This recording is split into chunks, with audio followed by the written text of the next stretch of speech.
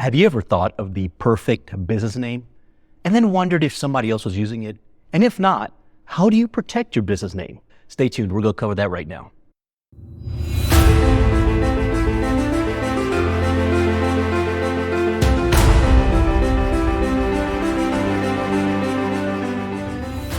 The first thing you're going to want to do is make sure that your URL is available.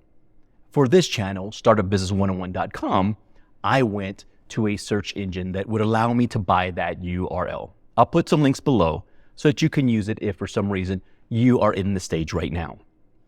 You just type in your name, startupbusiness101.com, or whatever the name of your business is, thegreatestcompanyintheworld.com. Make sure that it's available. This is really important from a marketing perspective. Now, URLs today vary in the end of that URL. So it could be .com, .net. Right now, they even have .ai. So which one should you choose? If .com is available, definitely choose that one. If .net is available, that is about second best.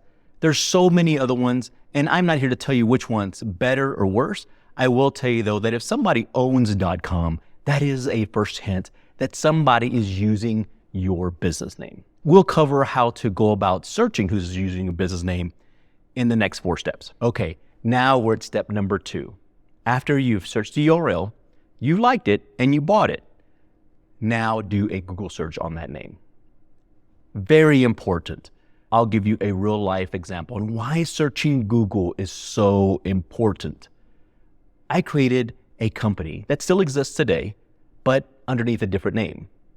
Originally, the name that I created was not taken from URL perspective. I bought it, and I actually created a phone number for it.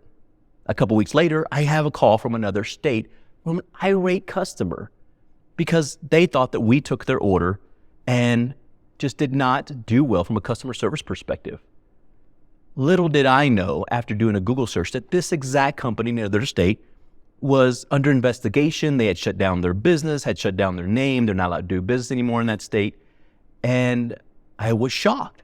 I had the decision of whether continuing on with that name and possibly be associated with that bad reputation or just scrap the name altogether.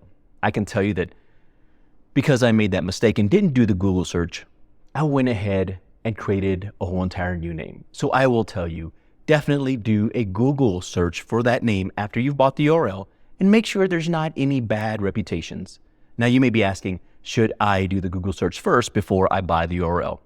They're interchangeable. Yes, you can do one or the other. I will tell you though, that you must make sure that URL is available. Now let's talk about step number 3. Step number 3 has to do with marketing, and that's your social media. It's going to vary for each company. You may use Facebook and Instagram.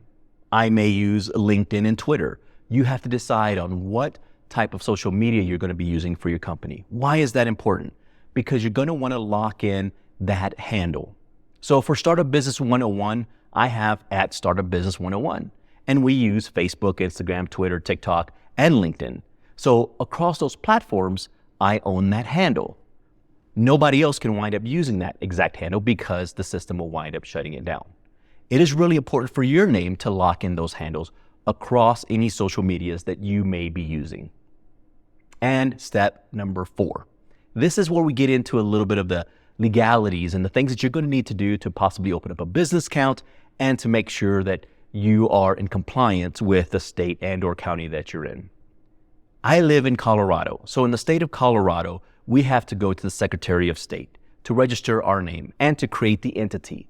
Now, I'm not here to tell you what type of entity that you should create, but I am here to tell you that at a minimum, you should wind up going on that website and making sure that your name is not taken within that state. Each state has their own system. I would go within your state and say, how do I wind up reserving a name? And go through that process. Reserve your name at a minimum. If for some reason somebody has that name in your state, see if it's actually in existence, because you will find that people have bought that name in the past, but it has expired and nobody is using it. And step number 5 will take you to a completely different level, and that's making sure that you visit the U.S. Trademark and Patent Office. Now, why is this important? It depends on if you're going to wind up selling your goods or services over several states. Now, it's up to you whether if you want to do a federal trademark or patent within your company. I'm not going to tell you whether you should reserve your name underneath a trademark or a patent, but I will tell you it is really important to make sure that your URL isn't taken. Make sure you lock down the names for any type of advertising that you want, whether it be Facebook, Instagram, TikTok, or whatever you decide to use for your platform and advertising in the future. And don't underestimate what you may be using in the future for your company. And then just make sure that you have done a Google research. The other two steps, making sure that you reserve your name and create a business entity underneath your state, is going to be almost required if you decide to open up any bank account, and it's just good practice. Continue on to watch Startup Business 101, and I will go over different steps on how to do this and why some are more important than others. Thank you so much for spending some time with me. I'm John Reyes, here with Startup Business 101. I look forward to speaking with you again soon.